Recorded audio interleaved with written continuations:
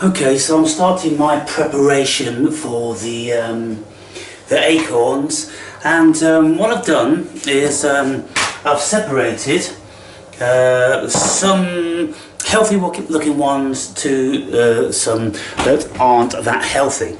Now, the ones that aren't that healthy looking, I'm pretty sure the squirrels will either eat them or they won't.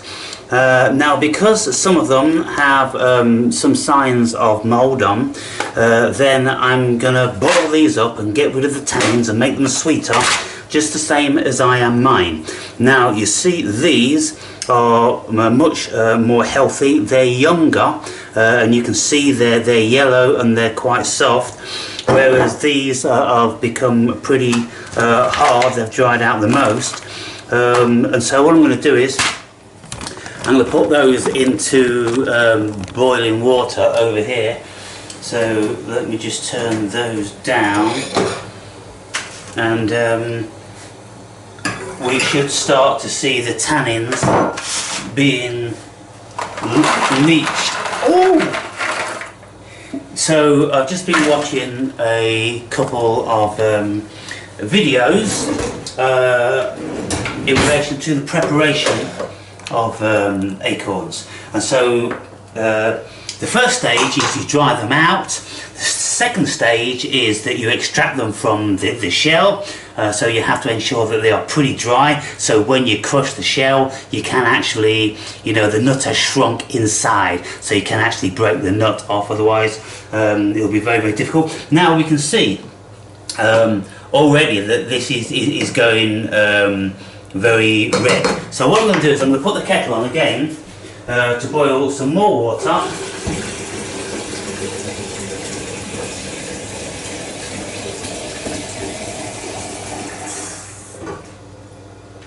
So I can transfer that immediately. Now I suppose about 5 or 10 minutes should leach out lots of the tannins. Now we can see here in the newer ones that the water is still almost pure, and so I wonder if this is because I never dried them out so much. Now I don't know exactly whether you're supposed to leave them until they are very dry and then the tannins come out easy. It seems that that might be the case, and so it's all trial and error, but I haven't done that much research on the internet to determine that.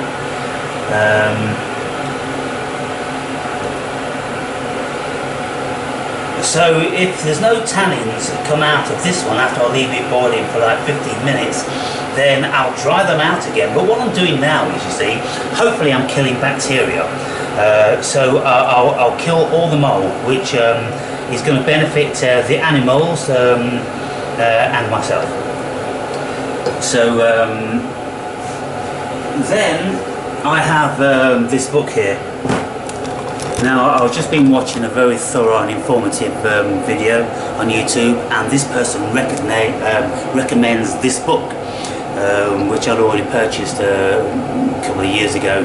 And in here there is a whole bunch, how many pages? So we've got 150, almost 50 pages of all different varieties of acorns and acorn preparation and weevils. You see, we've got the holes here.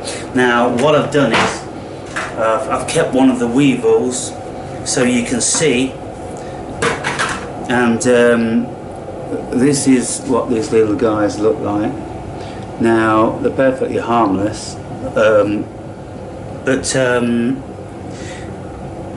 they do want to spoil your acorns, and this one's still living. You see that? It's having a walk around, and so many creatures and animals will like to eat these. So I'm going to put it out the window, and it will make its own way in life. And so when you are preparing these Oh, that's interesting. I just found a little bit of like a cocoon. I didn't know it was a cocoon, but it was stuck to the side, and I broke it, and there was a larvae inside. So the larvae decided to bed itself in, waiting for next year's crop. So we're learning about them all the time. Now, let's have a look at what's going on down here. So I don't know actually. You know, what they say is you say you keep bleaching them. You may have to bleach them up to 10 times. Now, I mean, do you bleach them for half an hour to extract more of the tannins out, or do you just keep changing the water? It seems that changing the water is the preferable thing. And so I'm going to get the colander out. And I'm just going to get rid of these.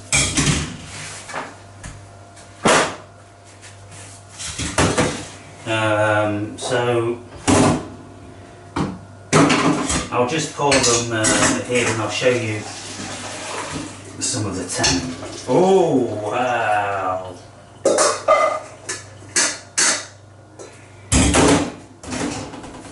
Right, so let's have a look at this. That's the first, very, very dark, yeah?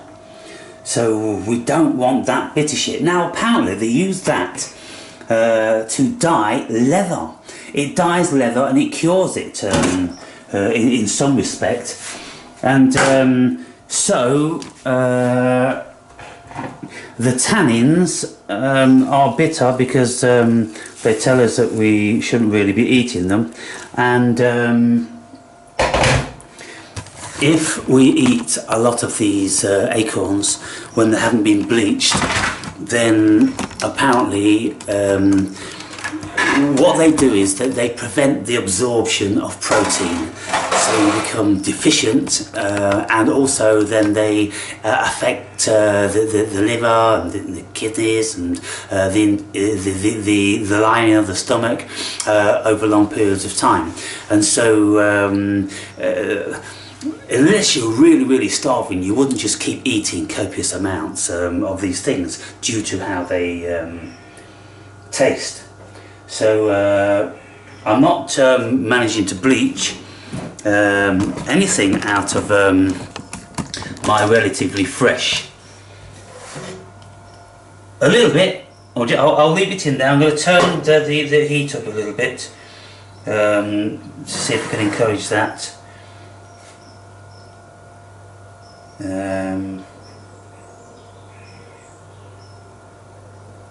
Yeah, okay, that's boiling. And so, in here I have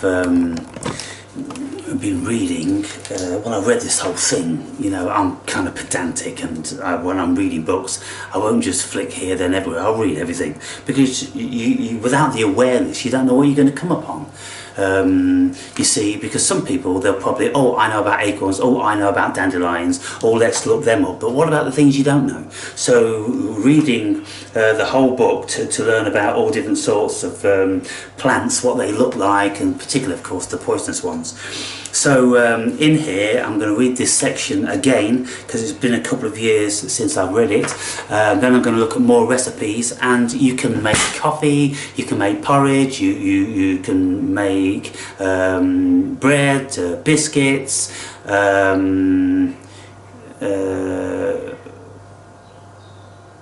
the gelatine sort of stuff. And that's fact, it's pretty well unlimited, and you can mix your acorns with flour, you know, to encourage the raising and, you know, the bread texture and all those sort of things. And so it's new to me at this moment in time, and because this video is just about the preparation, then I don't need to know a lot about that. But by the time I've read more, and I've got some cooking instructions, then I will show you what all that's about. And so, well, the first tannins, very, very dark. This one, this time, it seems that where's my wooden spoon gone? most of the oh no, it's getting pretty dark again. Getting pretty dark. So by the time I've done this as many times as is required to stop the water turning red, or at least let's say 10 times maximum, because what some people say is look, you don't need to do it infinitely. You can taste the nut, and if it doesn't have the bitterness in it, then the tannins are gone according to your palate, and they're not going to be doing you any harm. So I'm going to leave those doing now. That's probably going to take a half an hour. Then I'm going to make another video about the mushrooms. I'm going to be cooking these puffballs. I'm going to be cooking this absolutely beautiful oyster mushroom, and I'm going to be speaking about this mushroom, which I think is a certain variety. It seems to be edible, but I haven't got anything categoric, and it was late last night when I was researching, and so I'm not going to be putting these in the pan this morning, but I'll read from the book when I'm making the next video and let you know more about those. So